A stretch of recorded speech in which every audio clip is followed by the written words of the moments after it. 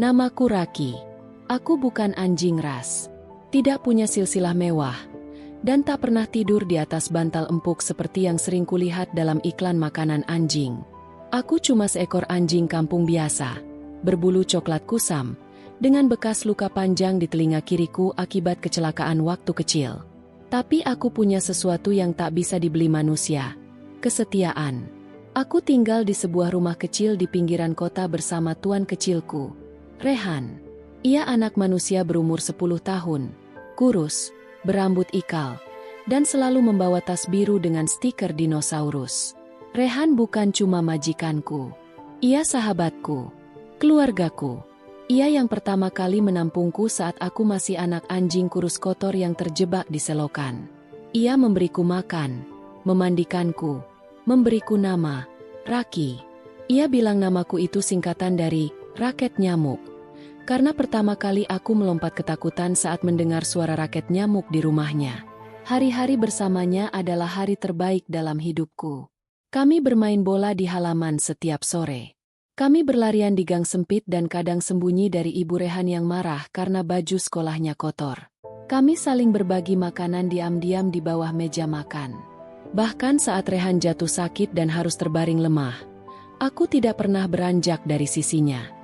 Aku tahu saat ia sedih. Aku tahu saat ia senang.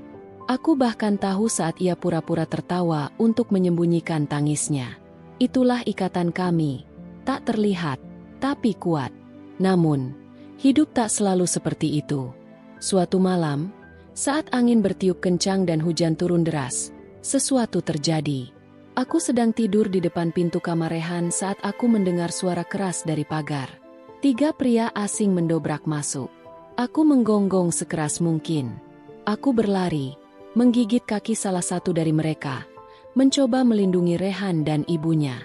Tapi salah satu dari mereka menendangku begitu keras hingga aku terlempar keluar rumah. Aku sempat mendengar jeritan ibu Rehan, dan melihat Rehan berlari ke arahku sebelum pintu tertutup dan semuanya menjadi gelap. Ketika aku sadar, aku tergeletak di selokan. Tubuhku basah kuyup dan terluka. Rumahku tak terlihat. Bau Rehan menghilang. Aku bangkit, berjalan pincang menyusuri jalanan, mencoba mencari jejak tuanku.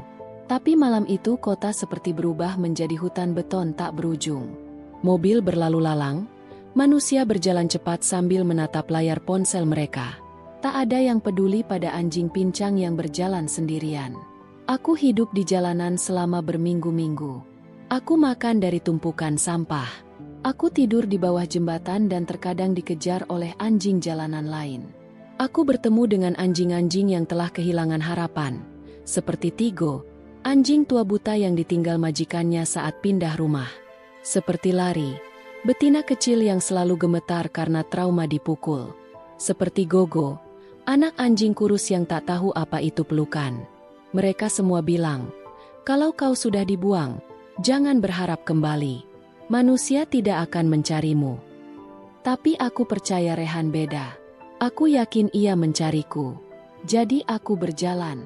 Aku ikuti setiap aroma yang sedikit saja mengingatkanku padanya. Aku menuju taman tempat kami biasa bermain. Tak ada dia. Aku ke sekolahnya. Sudah berpindah. Aku ke toko roti tempat kami pernah beli roti isi keju.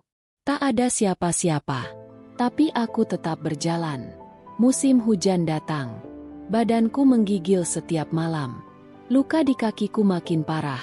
Aku makin lemah. Tapi dalam setiap mimpi, aku mendengar Rehan memanggil namaku. Raki, Raki, kamu di mana? Lalu suatu hari, aku mencium aroma yang sangat kukenal. Aku tahu itu dia. Bau bajunya, bau tas birunya yang kusam. Aku berlari, sekuat tenaga, meski kakiku seperti tertusuk-tusuk duri. Aku melewati pasar, jembatan, halte, lalu taman kota yang penuh manusia. Dan di sana, di bawah pohon beringin besar, aku melihatnya. Rehan. Ia duduk diam, memeluk tasnya, menunduk. Ia tampak lebih besar, lebih kurus. Tapi itu dia. Tanpa ragu aku mendekat. Menggonggong kecil. Ia tak menoleh. Aku mendekat lagi. Lebih dekat. mengendus kakinya. Kugonggong lagi. Masih tidak ada reaksi. Lalu aku menjilat jemarinya. Dan matanya perlahan menoleh. Bibirnya gemetar. Raki. Aku menggonggong. Loncat ke pangkuannya. Menjilat wajahnya. Mengibas-ngibaskan ekorku. Ia memelukku. Lama. Di tengah taman yang sibuk itu, manusia kecil yang tumbuh jadi remaja itu menangis seperti anak kecil. Kami pulang hari itu. Rehan kini tinggal di rumah kontrakan baru bersama ibunya. Ayahnya tak pernah kembali sejak malam itu. Tapi di rumah kecil baru itu, ada tempat untukku. Kasur kecil di sudut kamar, semangkuk nasi setiap pagi, dan tangan kecil Rehan yang membelai buluku setiap malam.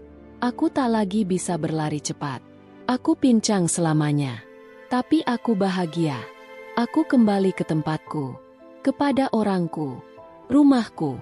Setiap malam, aku duduk di dekat jendela, memandangi jalan, mendengar angin, dan bersyukur bahwa aku tetap percaya, bahwa aku tetap berjalan. Karena ternyata, rumah memang bukan sekadar tempat.